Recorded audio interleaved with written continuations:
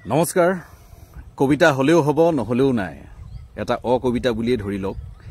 এখন বৃদ্ধাশ্ৰমৰ পৰা এজন পিতৃয়ে নিজৰ পুত্ৰক লৈ পেলাই জীৱনৰ শেষৰখিনি উপলব্ধি এনেধৰণে ব্যক্ত কৰিছে। শিৰোনাম বৃদ্ধাশ্ৰম।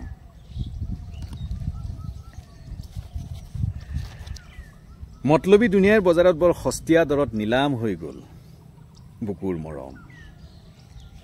তুমি মোৰ জীৱনজোৰা সাধনাৰ একমাত্ৰ ফচল।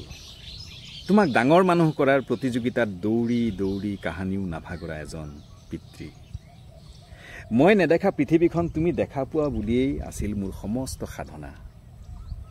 তুমি ডাঙৰ মানুহ হলা, বহুত ডাঙৰ।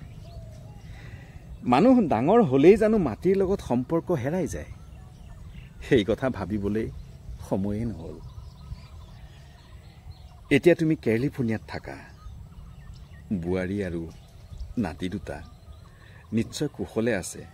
তোমাৰ আইৰে শেষৰ দিনকেইটাত সিহঁতক এবাৰ চোৱাৰ বৰ হেঁপাহ কৰিছিল।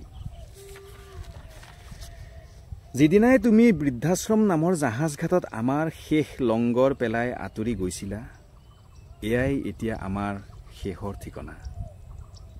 জীৱন নামৰ জাহাজ এতিয়া অলৰ অচৰ। হয়তো তোমাক ভাল মানুহ কৰাতকৈ ডাঙৰ মানুহ কৰাৰ এক অঘোষিত প্ৰতিযোগিতাৰ এয়া এক অসফল পৰিসমাপ্তি।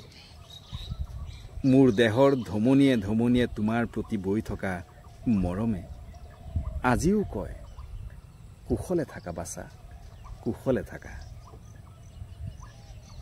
তুমি শিলক পূজা কৰি ঈশ্বৰ দৰ্শন পাব পাৰা, কিন্তু তোমাৰ মৃত আইৰ প্ৰতিমূৰ্তিক পূজা কৰি কাহানিও আইৰ এষাৰ মাত শুনিব নোপোৱা।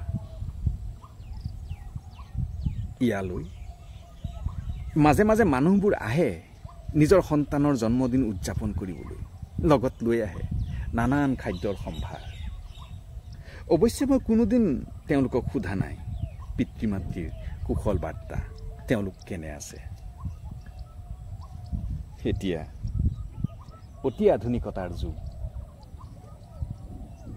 সময় হলে হাতত থকা মোবাইলটোৱেও সোধে আপোনাৰ ছফ্টৱেৰ আপডেট কৰক, নহলে ই ব্যৱহাৰৰ অযোগ্য।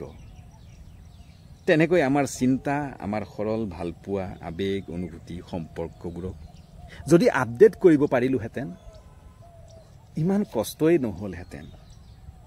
মতলবী দুনিয়াত আবেগৰ কিমান দাম। তুমি আধুনিক মনৰ আধুনিক মানুহ, তুমি পাৰিলা নিজকে আপডেট কৰিব। শেষত তোমাক ধন্যবাদ যে তুমি বিদেশৰ পৰাই মোৰ খৰচৰ বাবদ পঠোৱা টকাকেইটা সময়মতে পাই আছো। ধন্যবাদ।